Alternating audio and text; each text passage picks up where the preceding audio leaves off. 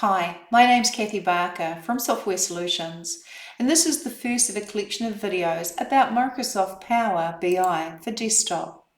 What we're going to focus on in this collection of videos is on the reporting and the visualization side of Power BI. What we're going to do is we're actually going to import some data into Power BI and create some visualizations and some reports. And the topic that we'll be using for this series of videos is world demographics. So we'll be looking at things like population density, life expectancy, and median ages. And this will be for the 5 continents in the world and from the years 1900 to 2100. We'll be creating a dashboard with action buttons and having a good time, I hope. Now, when you first start Power BI, as I've done here, you may get a startup screen. So just hit the X in the top right corner and you'll end up here in an untitled file. And I can see the word untitled at the top here in what they call the title bar.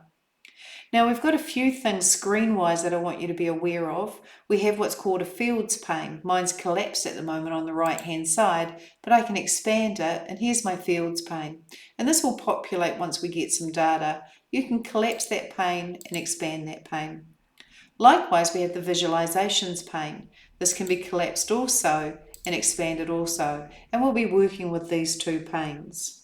There is a third pane, which is the filters pane, and that's showing here. So you can see why we collapse them, otherwise they start to take up too much real estate on your screen.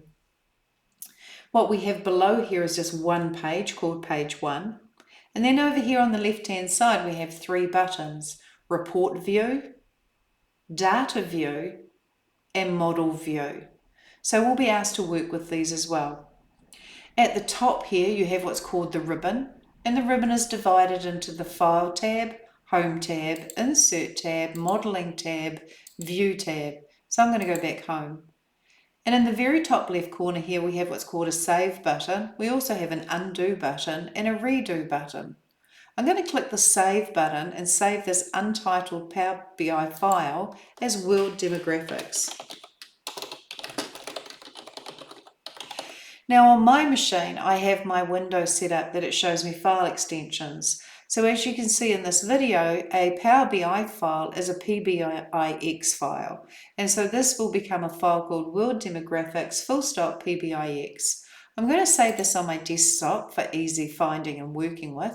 And I'm just going to click the Save button. And I've created a Power BI file called World Demographics.